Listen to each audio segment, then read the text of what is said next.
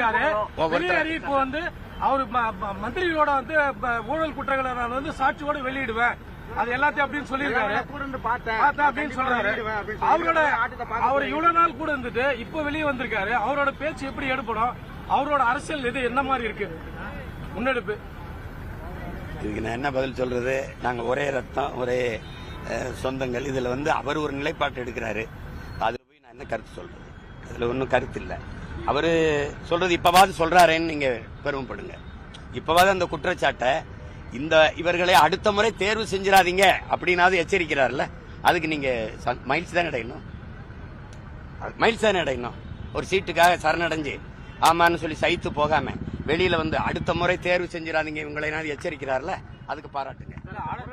எல்லாராலும் கைவிடப்பட்ட ராமதாஸ் சசிகலாவோட இணைஞ்சிருக்காரு. எங்களை பார்த்து எல்லா கட்சியும் பயப்பட ஆரம்பிச்சிருக்கு அப்படின்னு ஒரு ஸ்டேட்மெண்ட் கொடுத்திருக்காரு. எல்லாராலும் நீங்க கட்சிகளால கைவிடப்பட்டதா சொல்லாதீங்க. மக்கள் எங்க ஐயாவை கைவிடுவாங்கன்னு நினைக்கிறீங்களா? அப்படி சொல்லுங்க. நீங்க எப்படி அப்படி சொல்றீங்க? அப்படி சொல்லாதீங்க. நான்லாம் அவருடைய பிள்ளை. அவர் இல்லாம எனக்கு இந்த உணர்வு வந்திருக்கு, இவ்வளவு போராட்ட குணம் வந்திருக்கு. 85 வயசுல தமிழை தேடின்னு ஒருத்தன் நடப்பானா? தமிழ்நாட்டில் ஒரு தலைவர் இருக்கானா? சொல்லுங்க. எங்க ஐயா விட்டா யாரு இருக்கானா? இந்த சமூக நீதினு பேச்சுக்கு எவனா இப்ப அவரை தாண்டி பேசுறதுக்கு ஆள் இருக்கானா? நான் இன்னைக்கு பேசுறேன்னா அவர் கத்துக் கொடுத்ததுதான். இந்த நாட்டில் என்ன உங்க ஈவேரா செஞ்சாரு? எங்க ஐயா ஆனமுத்து போட்ட பிச்சை 69 விழுக்காடு இடஒதுக்கீடு மண்டல் கமிஷன்ல. எவன் பேசுற நீ? இந்த நாட்டில் வகுப்பாரி பிரதிநிதித்துவம் இன்னும் பேசிட்டு இருக்கிற ஒரு மகன் இருக்காருன்னா எங்க ஐயா தான். நீங்க என்னங்க கட்சியை எப்படி பேசுறீங்க? கட்சி என்ன கட்சி? மக்கள் கைவிடுவாங்களா? அப்புறம் இருக்கு இல்ல அவருக்கு இல்லைன்னா பிள்ளை இருக்கல. அவர் கனவு நான் நிறைவேற்றுவேன். இன்னும் ஒரு பிள்ளை இருக்காருல்ல, செய்யறோம். என்னங்க நீங்க அப்ப முடியலன்னா மகன் செய்வன்ல. வேற எதுக்கு நான் அரசியலுக்கு வந்தேன்? எதுக்கு வந்தேன்னு சொல்லுங்க. எதுக்கு வந்தேன்? இப்ப என்னை எல்லாரும் கூப்பிட்டாங்க, நான் போகல. அப்ப நான் அவங்கள கைவிட்டேன்னு சொல்லுவாங்களா இல்ல அவங்க என்னை கைவிட்டாங்கன்னு சொல்வீங்களா? இந்த வயசுலயும் ஏதாவது இந்த நாட்டுக்கு செய்யணும்னு நினைக்கிறாருல, அந்த எண்ணத்தை பாராட்டுங்க. ஏன் போய் வீட்டுல போய் படுப்போம்? என்னத்தையோ போயிட்டு போகுது நாடு, ஏதோ நாசமாயிட்டு போகுதுன்னு படுக்கலாம்ல. அப்படி செய்யல இல்ல.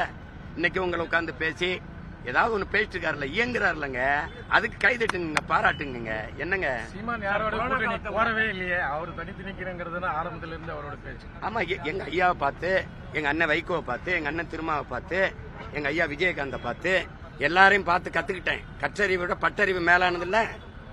22 நாடுகளை எதிர்த்து சண்டை போடும்போது என் தலைவன் எந்த நாட்டிலையும் ராணுவ உதவி கேட்கல.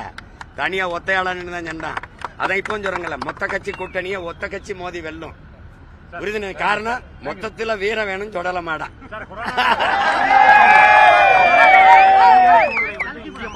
தயாரா இருக்கணும் அப்படின்னு சொல்லிட்டு மோடி பேசியிருக்காரு. கொரோனா காலத்தை விட கடுமையான சூழ்நிலை வந்து இந்த மக்கள் எதிர்கொள்ள தயாரா இருக்கணும், அப்படி ஒரு சூழ்நிலை இருக்குன்னு சொல்லிட்டு பிரதமர் மோடி பேசி சூழ்நிலையை தரப்போறது அவங்க தானே. அவங்க இந்த தேர்தலை எதிர்கொள்ள நம்ம தயாரா இருந்துக்கணும்.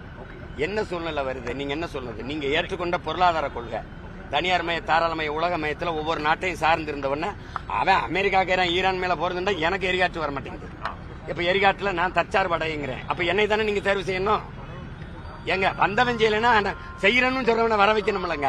அதை விட்டு நீ அவர் சொல்றாரு இவர் சொல்றாருன்னா இந்த பேரிடர் காலம். இப்ப சிலிண்டர் இல்ல, இப்ப எரிபொருள் தட்டுப்பாடு, பெட்ரோல் டீசல் என்ன வண்டியை விட்டுட்டு இப்ப தொடச்சிட்டு சும்மா சைக்கிள் தான் போண்டிதான். மறுபடியும் சைக்கிள், நான் கூட சைக்கிள்ல ஓட்டு கேட்க போலாமான்னு கூட இருக்கேன்.